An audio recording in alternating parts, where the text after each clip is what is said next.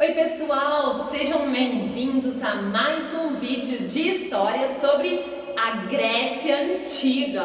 Pois é, lembram dos últimos vídeos que nós conversamos sobre a formação, sobre a importância da sociedade grega juntamente com a romana para tudo que temos hoje, na verdade, para muito do que temos hoje?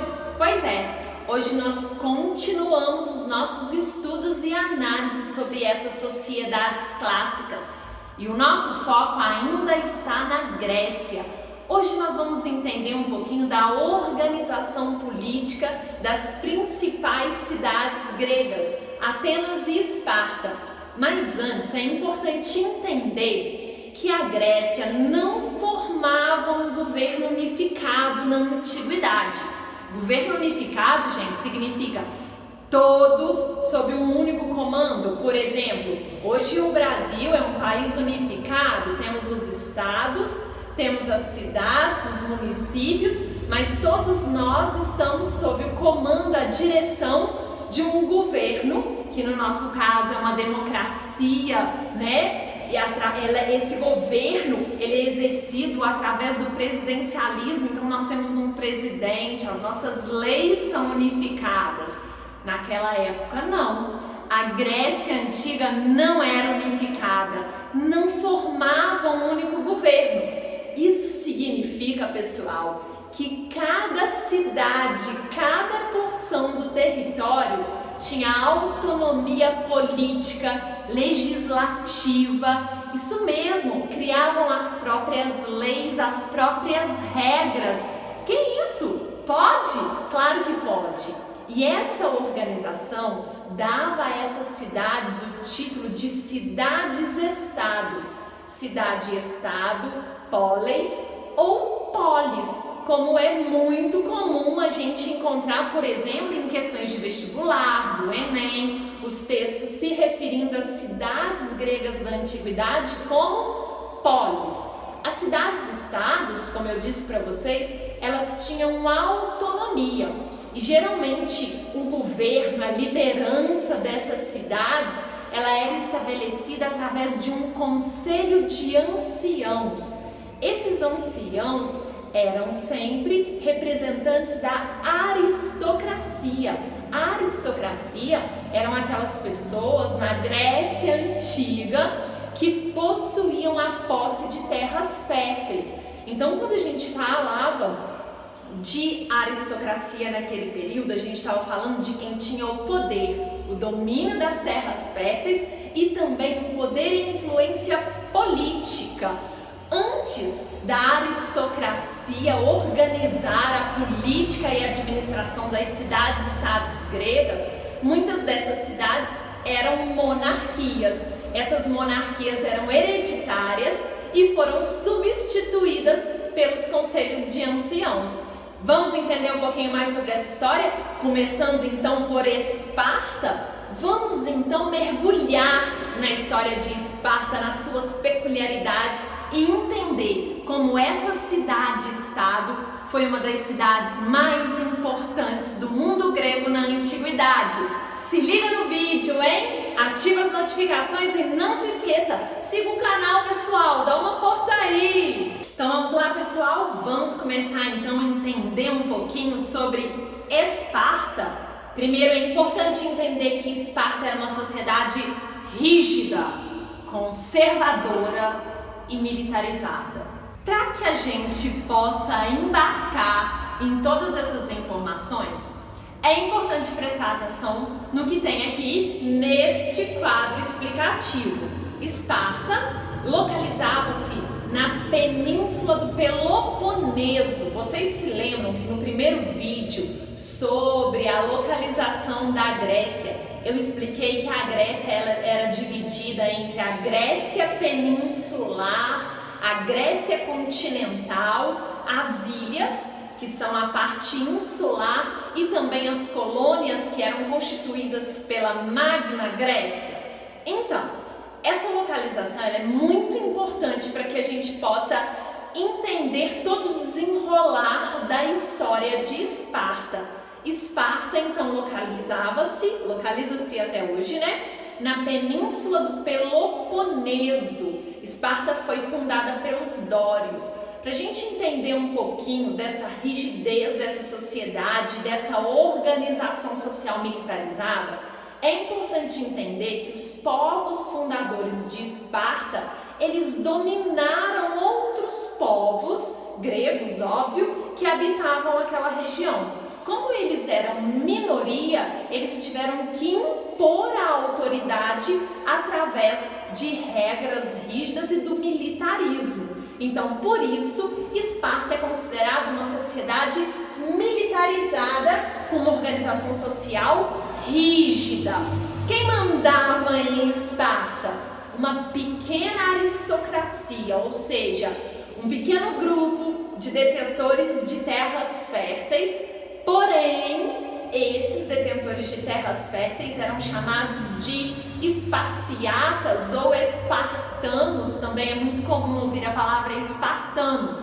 E o poder ele ficava na mão deste pequeno grupo, que além de ser detentor de terras, eram praticamente generais, eles dedicavam-se a tarefas militares.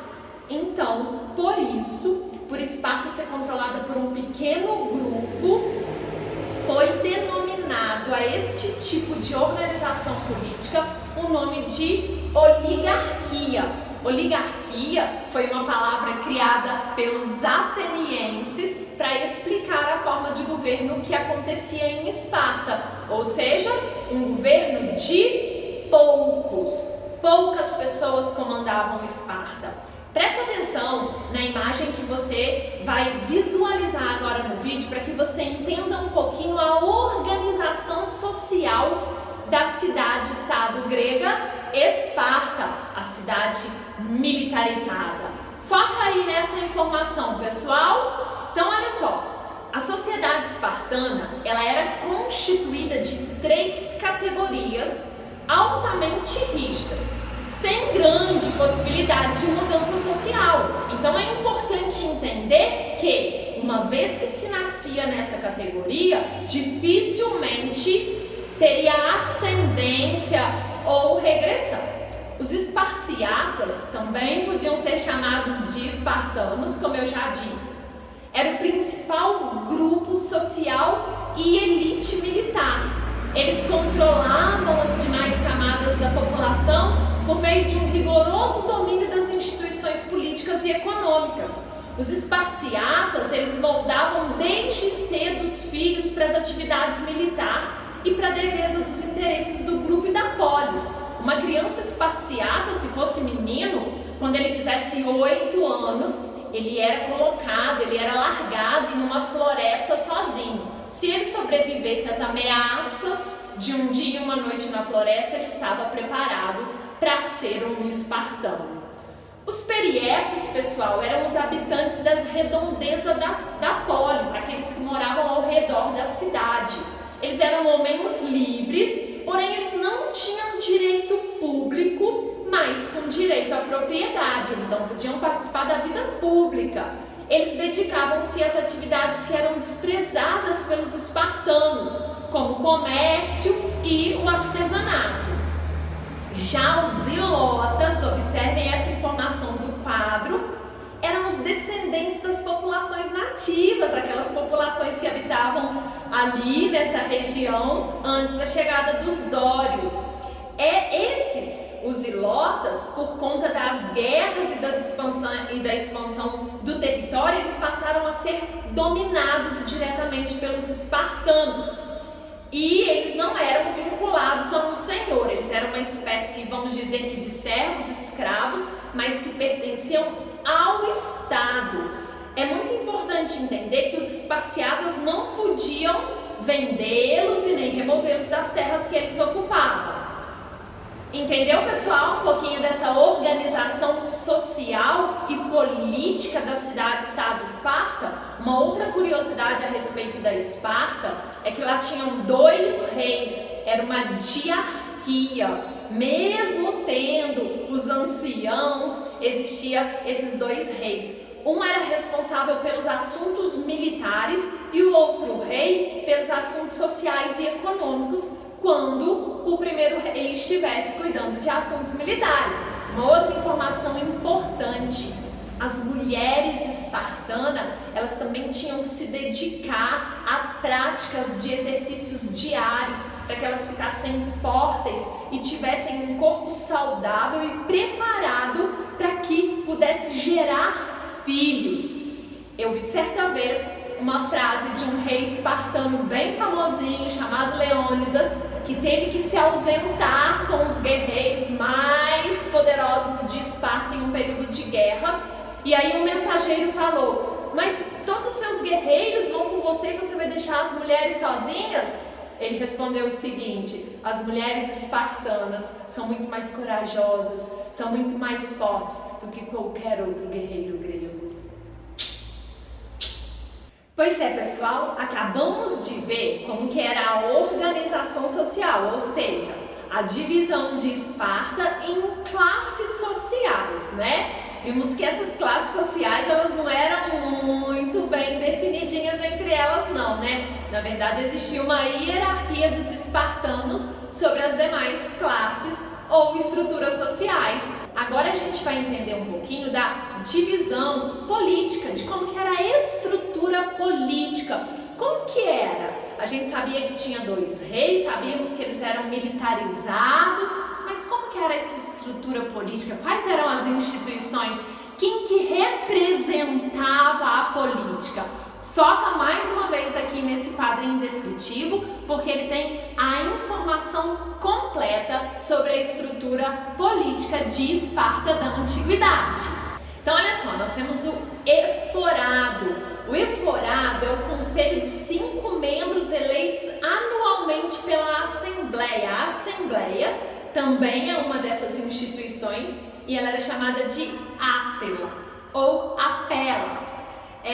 Esses 5, gente, eles detinham de fato poder. Eles exerciam o controle das finanças públicas, convocando e presidindo essa assembleia, a Apela, que era o responsável pela ordem interna. Então os eforados eram como se fossem de fato aqueles que mandavam, porque eles detinham o dinheiro, o controle financeiro, as guerras, as compras, enfim, tudo que era feito pelo Estado era determinado por eles.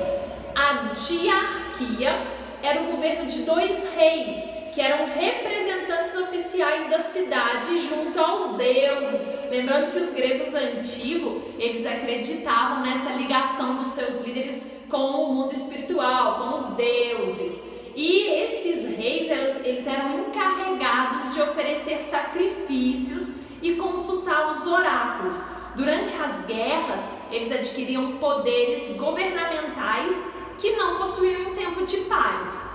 Já a Gerúsia era o conselho constituído de anciãos membros das famílias mais ricas. Esse conselho, os anciãos tinham que ter acima de 60 anos e os reis também participavam desses conselhos. A principal atribuição dos xerontes, que eram esses participantes da Gerúsia, era exercer a política exterior da polis, uma espécie de diplomacia.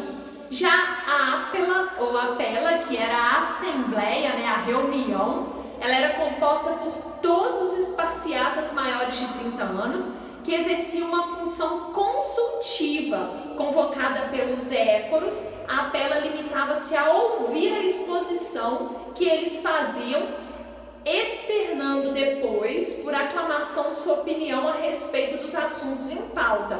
Ou seja, era uma reunião que faziam para consultar os esparciatas a respeito das decisões. E geralmente quem convocava essa reunião eram os éforos, aqueles 5 que eram eleitos uma vez por ano e responsáveis pelas finanças.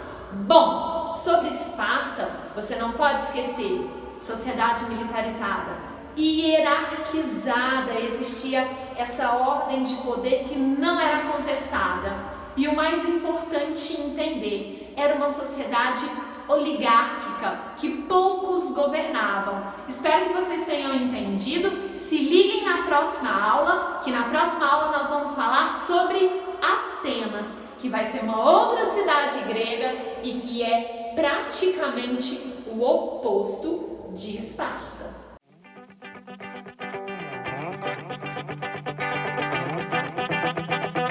Pessoal, agora nós vamos entender um pouquinho mais de Atenas, essa cidade que foi tão importante, contribui até hoje para o desenvolvimento político das civilizações contemporâneas ocidentais, como o Brasil, por exemplo. Não tem como falar de Atenas sem falar de democracia, de participação do povo. Mas nem sempre foi assim, pessoal. Então vamos entender um pouquinho da história de Atenas para a gente poder entender um pouquinho da história da democracia. Primeiro é importante entender que Atenas surgiu da união de várias localidadezinhas pequenininhas numa região ática, né? Numa região da Grécia.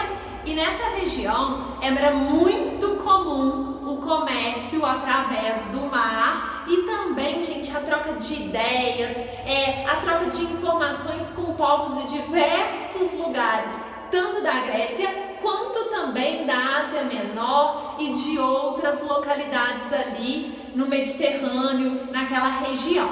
Isso tudo facilitou as lutas pela democracia, as lutas pela participação popular e que não foram poucas. 500 anos mais ou menos antes de Cristo, a democracia foi fundada em Atenas. É importante entender que a democracia simbolizava o governo do povo. Demos era povo e cracia, governo. Só que a gente também precisa entender que na antiguidade nem toda demos participava ativamente, porque tinham os requisitos para ser considerado cidadão. Ser homem, ser filho de pai e mãe ateniense, enfim. Essas são as peculiaridades da origem da democracia que diferencia a democracia ateniense da democracia que temos hoje, principalmente no Brasil. Então vamos lá, vamos entender um pouquinho da história da democracia ateniense. Por conta desse contato com outros povos, dessa flexibilização, tanto de troca de ideias, Atenas, depois de muita confusão, inicia o que a gente chama de democracia. Vai ser a primeira comunidade histórica na qual a participação popular vai se caracterizar como uma forma de governo. E quando eu digo popular, eu estou restringindo a demos, ao povo daquela época, que também não era todo mundo, né? Então é importante entender algumas coisas em que Atenas se configurava diferente de Esparta. A primeira delas é essa. Atenas existia um governo, vamos dizer, flexível, no qual os cidadãos atenienses participavam diretamente deste governo através da democracia. Já Esparta não, como eu disse, era uma oligarquia, governo só de um grupinho, entendeu? Outra coisa importante a entender sobre Atenas e sobre o legado que essa cidade-estado nos deixou. Atenas recebia bem os estrangeiros. Os estrangeiros não eram excluídos em Atenas, eles eram bem recebidos. Eles se tornavam amigos, só não participavam da política, ok? Mas eram bem recebidos. Lá em Esparta, não. Os estrangeiros nunca eram bem recebidos. Os espartanos praticavam a xenofobia. Na origem da palavra, o medo do estrangeiro. Mas a xenofobia era a prática da exclusão, do bullying e de coisas ainda piores. Gente, temos muito que aprender sobre Atenas. A cada dia que eu leio, que eu estudo mais sobre essa cidade, mais eu me surpreendo. Você lembra do Aristóteles, né? Aquele filósofo grego? Ele dizia, gente, que o ócio era extremamente importante para a formação de um cidadão que entendesse da sociedade, de um cidadão bem formado.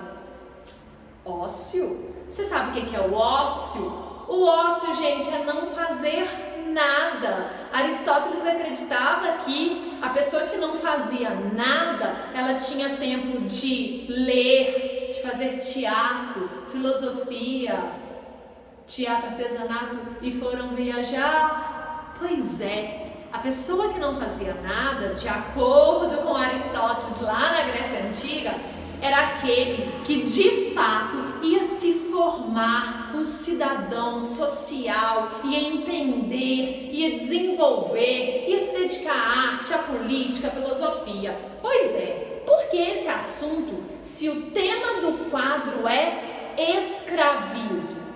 Pessoal, boa parte de tudo que era desenvolvido, das construções, do trabalho na Grécia Antiga, era estruturado e elaborado por mãos de obra escrava.